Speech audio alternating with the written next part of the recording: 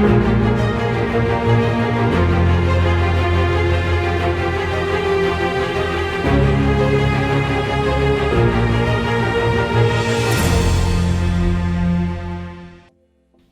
there, I'm Brittany Smith and welcome to Filmmaker Symposium.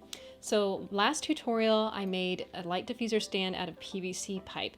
If you didn't see that video, you want to go back and watch it so that you can make your very own light diffuser stand. But this week I'm going to go ahead and show you how I created the fabric to fit nice and easily on the frame that goes on the stand. So stay tuned.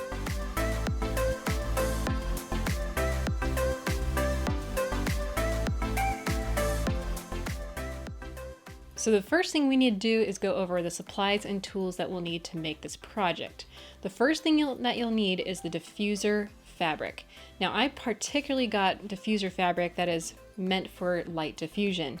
And I got this off of Amazon for $18. It was a 20-foot by 5-foot piece. You don't need 20 feet, you only need 10 feet by 5 feet, but it's always nice to have a little extra cloth on hand.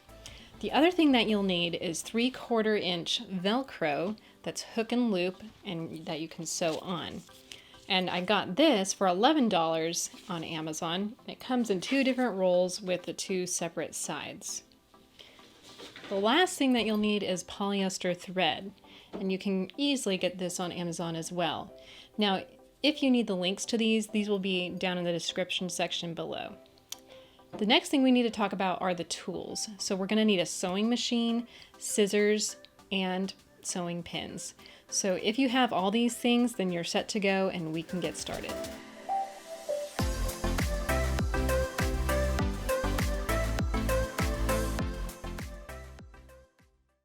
So the first thing I did is I laid out my 20-foot piece of diffuser cloth on the floor and then put my 5x5 frame over it.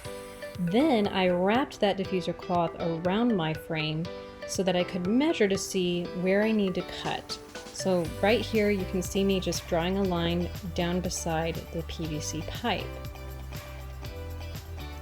So after that, I took my scissors. I actually have some fabric scissors which are much easier to cut with. I believe you could do this with paper scissors, but make sure they're very sharp and they're fresh. So I just cut along that line and got it ready for my sewing machine. So then I took my raw edge to the sewing machine and folded over 1/4 of an inch of that raw edge, then folded it another 1/4 inch and then pinned it with these sewing pins. This will create a nice smooth edge in case I ever need to wash this in the washer. If I were to wash it with a raw edge, it would easily unravel. Then I took to sewing, making sure I wasn't jamming those pins in my sewing machine. So you'll want to do this slowly, even though it looks like I'm doing it fast. And then I took my Velcro and applied it to that smooth edge and started sewing along one side of that Velcro. I did that all along the side, and then I'll have to do it again on the other side of the Velcro. So the Velcro will have 2 seams to make it nice and secure. Now I need to sew on the Velcro for the other side so that we can attach it.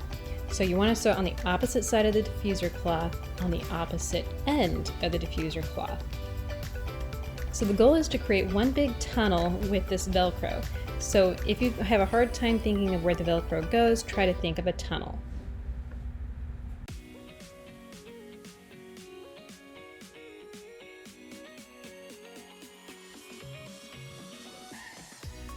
Okay, so now it's time to attach our fabric to the frame. Now I've figured out an easier way to do this by removing the top pull, so you'll want to do that first. Then you're going to connect your Velcro with your fabric separate from the frame. Now the reason why I do this is because diffuser fabric is stretchy, and because it's stretchy, when you go to attach it while the frame is already put together, it makes it very difficult to connect that Velcro. So by connecting the Velcro while it's not on the frame, it provides an opportunity for me to easily Velcro it, and then I can just slip the pole in and pull it taut. So as you can see, I'm just wrapping it around the frame and then smoothing it out a little bit. And then I'm gonna take my pole and I'm gonna stick it through, and then I'm gonna attach it to the elbows, and that way it's so much easier to pull it tight. If you're using a bed sheets are not stretchy, so you'll have to rework this a little bit.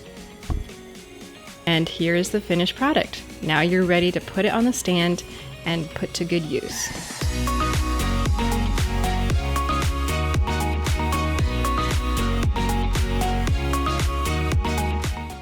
So I hope you enjoyed today's episode on a DIY light diffuser.